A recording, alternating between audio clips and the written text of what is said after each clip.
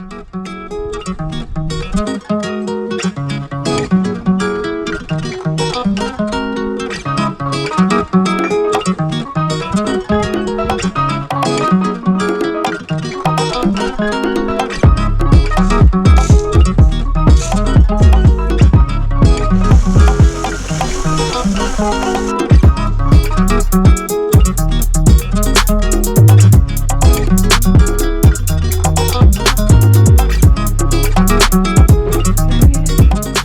morning, guys.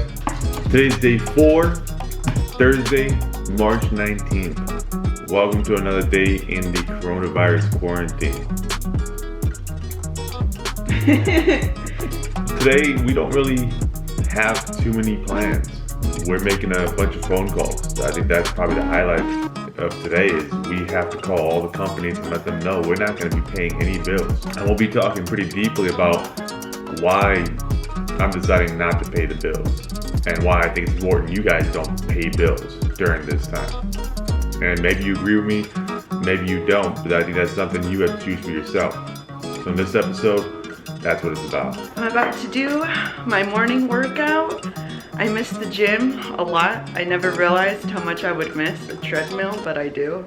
I'm a runner, so not running for multiple days on end is kind of uncomfortable, but to keep myself sane, and just because I like to work out. I'm gonna do a YouTube workout video. I'm not gonna make one for you guys. There's plenty already out there made for you. I recommend Pop Sugar Fitness or Heather Robertson. But yeah, you guys will get to see me get my fit on.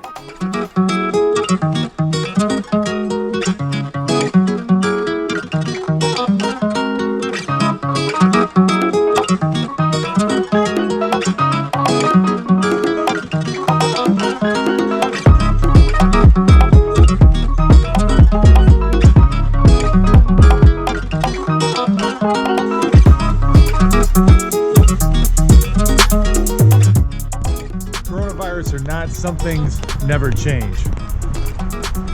Like Bubs needing to poo every 5 minutes.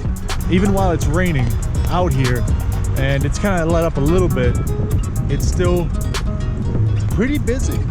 I mean, for the most part, you would think in a day like today, the rain, the stay indoor stuff, not that many people would be around, but you'd be surprised. It's still busy out here. I mean, there's still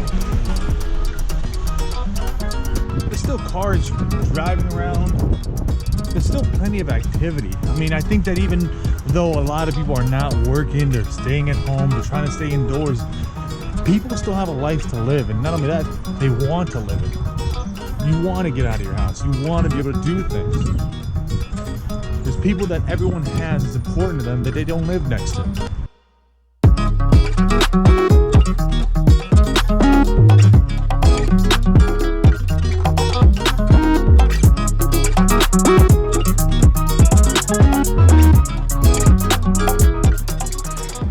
What are you doing?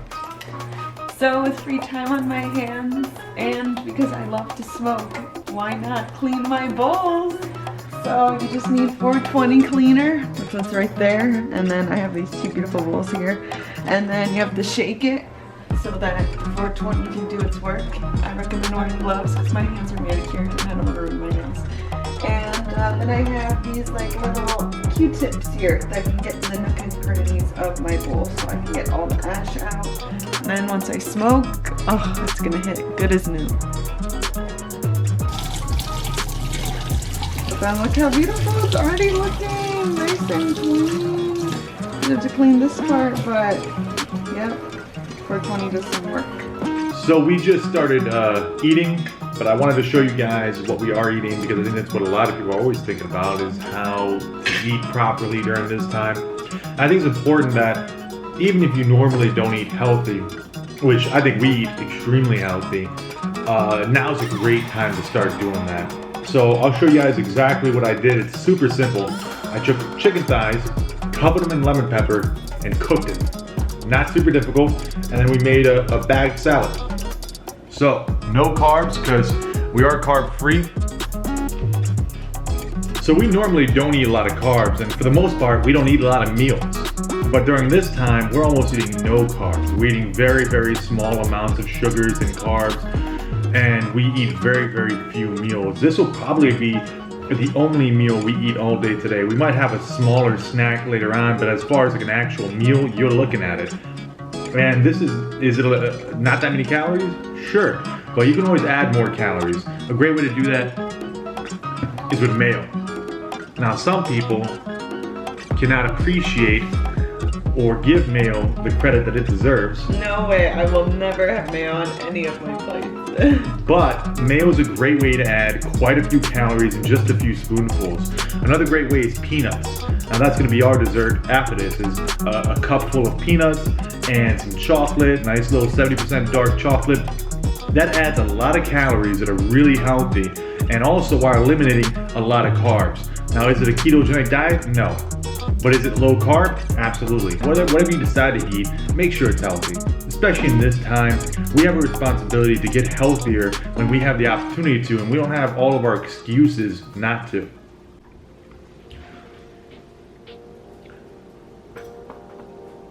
I gotta make some uncomfortable phone calls, and I wanted to preface it before I started why exactly I'm deciding to do what I'm doing. I'm not gonna pay any bills this month for two reasons. Number one, I think it's more important to hold on to the money that I currently have than to give it to some other corporation that's not gonna do anything with it. An extra $500 to some corporation doesn't mean as much to them as it means to me right now while we go through this. Number two, the long-lasting effects if, I avoid one payment or 1 month of payments is not that significant. In reality, next month I'll be able to still have the same amount of money just stored up. I'll be working again, and I can just pay it off then, and hopefully these companies are kind enough to not charge me any sort of late fee. We're gonna find out. We're gonna give these companies a call right now and find out which ones are actually sticking up for the American people, the small people like me, the bartenders, the service industry who have lost their jobs and can't work, and who is gonna say, tough shit, too bad for you, just pay your bills. We'll find out right now. I'm calling Chase right now. I got a few credit cards with Chase, so that's the big one. Welcome to Chase Card Services. We are experiencing higher than usual call volume because of customer concerns about the coronavirus. The option you selected is not available. These automated. You have been selected to take part in a brief survey about your service experience. The time to speak with a customer service specialist is greater than 20 minutes. So we are looking at a 20-minute wait. I hate these automated message systems. Whoever came up with it are garbage human beings. Thank you, Ms. Abraham. And how may I help you today on your Chase Freedom account? Amid the entire coronavirus situation that we're currently going through, I am not going to be able to make payments on any of my credit cards because I've been laid off of my bartending job. So sorry to hear that, Mr. Abraham. What we can do for you, Mr. Abraham, is at the moment what we can offer is a 1-month minimum payment suppression on the account. So you need not pay on these due dates. You directly need to pay the following month. Excellent. That sounds great. Thank you so much.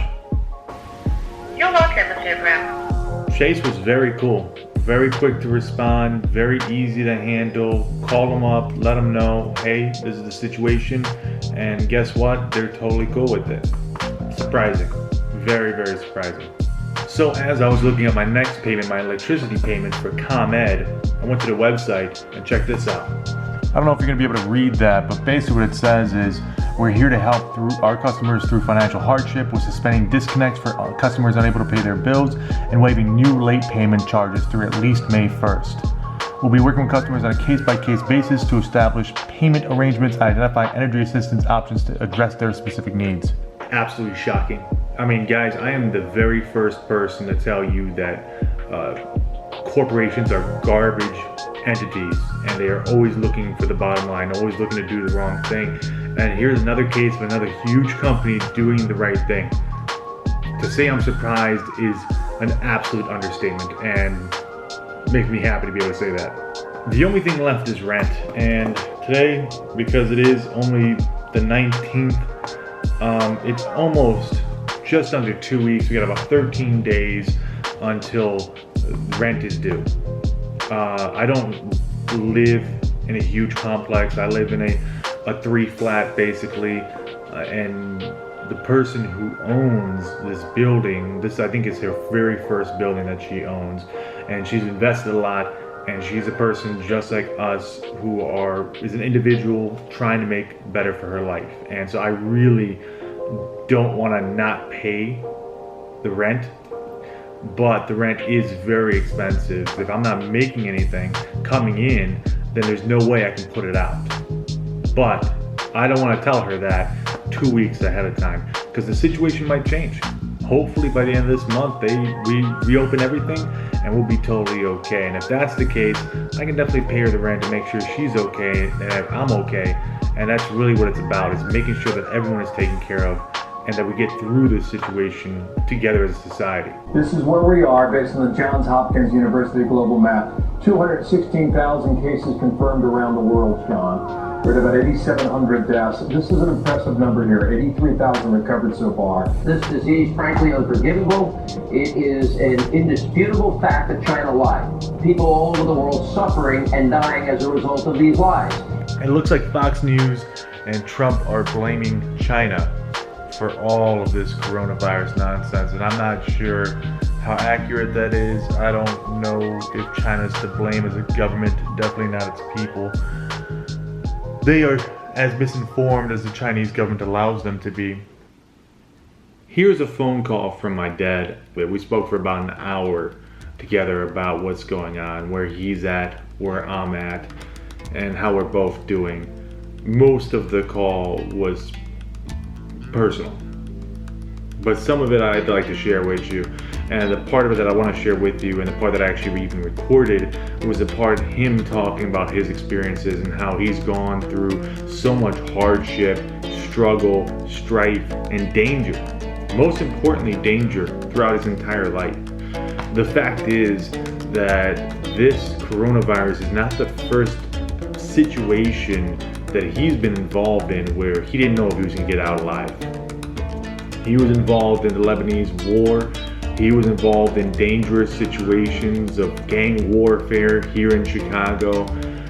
And while he is a tough individual who's experienced a lot in his life, I hope you don't judge him for the things he's saying in this phone call. And I also hope that you've gained a little insight into the mentality it takes to go through anything and come out the other side alive and happy. No, I'm saying, you know, it's like, I was sitting at home today, and I was thinking, I said, man, what a kind of life. You know, I stayed about 5 years at the war in Lebanon. Lebanon war was the worst war ever. You killed or you get killed. You know what I mean? There's no other choice. You kill or you get killed. You know what I'm saying? So, but I stayed because I was strong. I survived.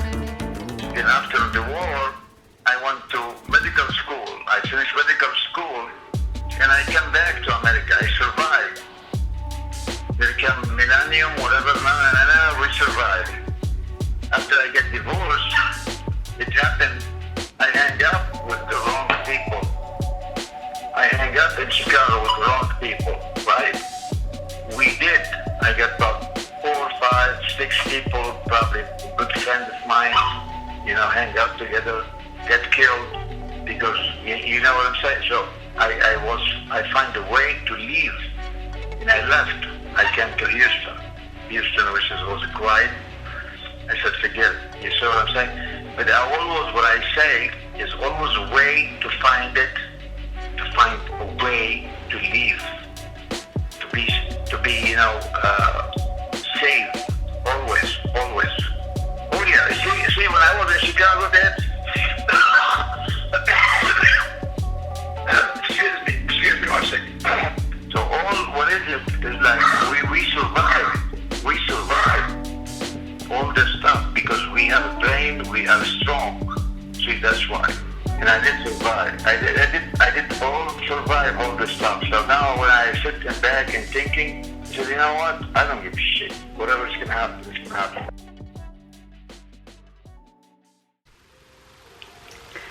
So, I just woke up from a nap, and before I fell asleep, Jon was on the phone with both his mom and with his dad, who lives in Texas. Jon's mom, her sister, works for Walgreens, and I guess they got some type of warning that we were going to be on a complete lockdown soon, meaning that if you weren't outside for like groceries or going to the doctor or something, they would get fined or arrested. And one of my friends who's currently in Spain made a status saying that that was the case over there, like complete quarantine. So with the foreshadowing of that, Jon's dad called to ensure that, you know, Jon was prepared, and he was relieved to hear that the two of us were together. So, I don't know. Jon wants me to record how I feel right now, and frankly, I'm pretty scared. I'm very anxious. I'm trying not to, you know, let it get to me, but Jon and I continue to play out worst case scenarios, and he continues to train me for those worst case scenarios. And while it does make my anxiety kind of go up, thinking about these kind of things and playing these scenarios out, it also makes me feel a little bit secured, because then push comes to shove, I'll at least have an idea of what to do. I won't be completely clueless. I'll know what to do. I'm also just relieved that I have Jon with me, because I couldn't imagine being without him during this point. And I think the only part of the whole situation right now that's going on is the part that scares me the most, is the possibility of he and I being separated, either because one of us gets hurt or, like, you know, we just have to be separated. That's a big reason as to why we decided not to leave the city, in order to not be apart. So I'm not gonna lie, I'm getting a little nervous. I'm getting more and more convinced that this isn't just gonna blow over, as many of us, I feel like, are predicting or expecting. But thankfully we have this vlog, and even if I can't see you guys in person, you guys have an idea of what we're doing. So honestly, this just makes me want to pray more. Just makes me want to hold on to any little bit of hope that I can have.